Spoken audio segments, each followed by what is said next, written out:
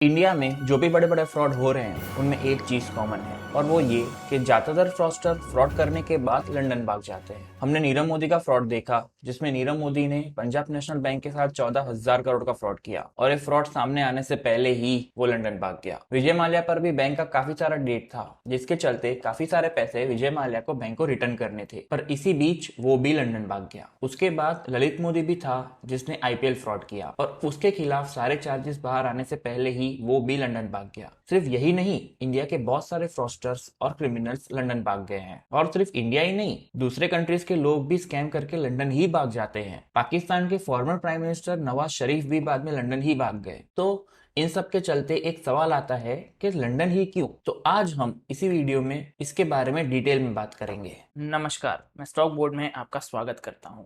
तो let's start. अगर आप किसी और कंट्री में फ्रॉड करके और पैसे लेके यूके जा रहे हो तो यूके आपका वेलकम करेगा, बट कंडीशन ये है कि आप अच्छा खासा पैसा लेकर आने चाहिए। यूके बाहर के कंट्रीज के लोगों को अलग अलग फैसिलिटीज प्रोवाइड करती है, जैसे कि गोल्डन वीजा प्रोवाइड करती है। गोल्डन वीजा के तहत अगर आप 2 मिलियन पाउंड यूके में इन्वेस्ट करते हो तो यूके आपको गोल्डन वीजा प्रोवाइड करता है, जिसके बाद आप कई सालों तक आराम से वहां पे रह सकते हो। साथ ही यूके अलग अलग फैसिलिटीज भी प्रोवाइड करती है, जिसके चलते जो भी लोग पैसे लेके यूके जा रहे हैं वो वहां पे आराम से लाइफ टाइम भी रह सकते हैं। सिर्फ यूके ही नहीं, कई सारी कंट्रीज हैं जो इस तरीके की प्रैक्टिसेस करके अपनी इकोनॉमी में पैसा लाना चाहती हैं। अगर कोई स्कैमस्टर या क्रिमिनल यूके में पैसे लेकर जाता है तो वहां के लॉस उस पर्सन को ज्यादा सीरियसली नहीं लेते, और यही रीजन है कि पिछले 30-40 सालों से लंदन फ्रॉडस्टर्स के लिए एक आइडियल जगह हो गई है जहां फ्रॉड करने के बाद वो तुरंत चले जाते हैं। अगर यूके के अलावा स्विट्जरलैंड की बात की जाए तो स्विट्जरलैंड सीक्रेसी के नाम पर लोगों को ब्लैक मनी स्विस बैंक में डिपॉजिट करने के लिए अलाउ करती है, जिससे स्विट्जरलैंड को अपनी जीडीपी और इकोनॉमी बढ़ाने में हेल्प मिलती है। मॉरिशियस भी कई सारी ऐसी एक्टिविटीज करता है और इसीलिए कई सारे फ्रॉडस्टर्स मॉरिशियस में अपनी कंपनी फॉर्म करके अपना ब्लैक का मनी व्हाइट में कन्वर्ट करते हैं। तो फ्रॉड लोगों के लिए सिस्टम बहुत सिंपल है।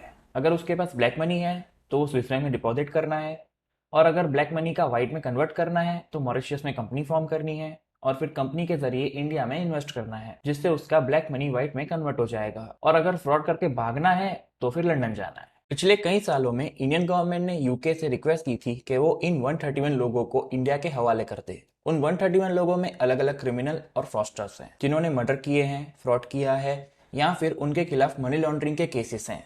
पर इन 131 लोगों में से सिर्फ 1% को अब तक इंडिया के हवाले किया गया है। विजय माल्या, नीरव मोदी और ललित मोदी के अलावा और भी कई सारे क्रिमिनल्स और फ्रॉडस्टर्स हैं जो लंदन जाके बैठे हैं, जैसे कि टाइगर हनीफ जो कि 1993 के गुजरात ब्लास्ट के मामले का आरोपी है। नदीम सैफी जो कि टी सीरीज के फाउंडर गुलशन कुमार के मर्डर केस का आरोपी है, वो भी लंदन में ही छुपा है। इतना ही नहीं, अभी कुछ सालों पहले यस बैंक का जो मामला चल रहा था उसमें यस बैंक के फाउंडर राणा कपूर और उनकी बेटियों पर भी अलग अलग आरोप है। और फिर जब ये आरोप सामने आने लगे तभी राणा कपूर की बेटी रोशनी कपूर लंदन के लिए निकल रही थी। फिर एयरपोर्ट अथॉरिटी ने उसे लंदन जाने से रोका। तो अपनी इन पैसों की ग्रीड यानी कि लालच के चलते लंदन इन क्रिमिनल्स और फ्रॉडस्टर्स का वेलकम करता है।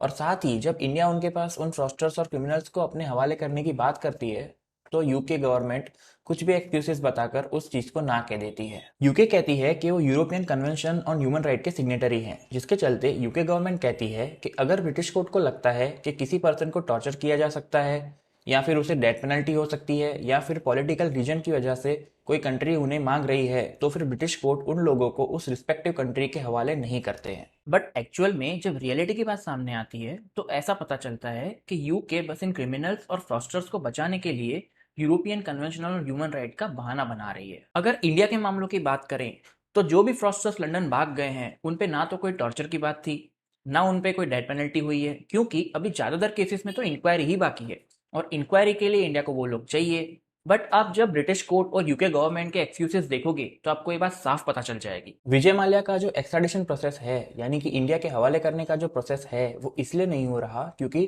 ब्रिटिश कोर्ट मानता है कि इंडिया के जो जेल्स हैं वो विजय माल्या के लिए सही नहीं है। 1993 में जितेंद्र अंगुराला ने बैंक का फ्रॉड किया था और बैंक का फ्रॉड करके वो लंदन भाग गया था। जब इंडिया ने उसे वापस लाने की कोशिश की तो ब्रिटिश कोर्ट ने बताया कि इस केस के बीच काफी टाइम बीत चुका है, इसीलिए हम जितेंद्र अंगुराला को वापस इंडिया के हवाले नहीं कर सकते। 1984 में मोहम्मद असलम मिर्जा नाम के टेररिस्ट ने यूके में इंडिया के डिप्लोमेट रविंद्र मात्रे का मर्डर किया था। और फिर मोहम्मद असलम मिर्जा ने कहा कि मेमोरी प्रॉब्लम की वजह से उसे कुछ याद नहीं आ रहा, और इसी को सही मान के ब्रिटिश कोर्ट ने उसे छोड़ भी दिया। वहीं जब यूएस की बात की जाती है तो यूएस के साथ ऐसा नहीं होता। 2004 से 2011 के बीच यूएस ने यूके के पास 130 लोगों को उनके हवाले करने की रिक्वेस्ट की थी। उनमें से सिर्फ 10 लोगों को ही रिजेक्ट किया गया। तो ये भी डिपेंड करता है कि सामने वाली कंट्री कौन है और कितना प्रेशर वो यूके पर बिल्ड कर रही है। अगर रशिया की बात की जाए तो रशिया भी इंडिया जैसा ही प्रॉब्लम फेस कर रहा था, लेकिन रशिया ने उसका सॉल्यूशन निकाल लिया।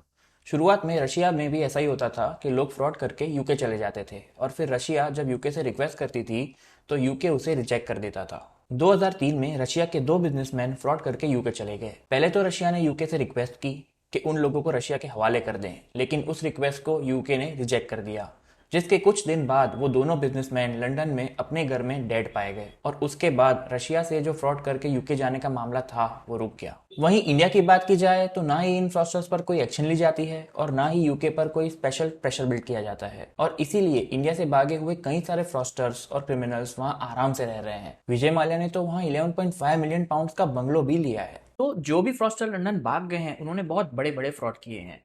ऐसे में कई सारे लोगों की लाइफ बर्बाद हो जाती है जिनको ये लोग फंसाते हैं।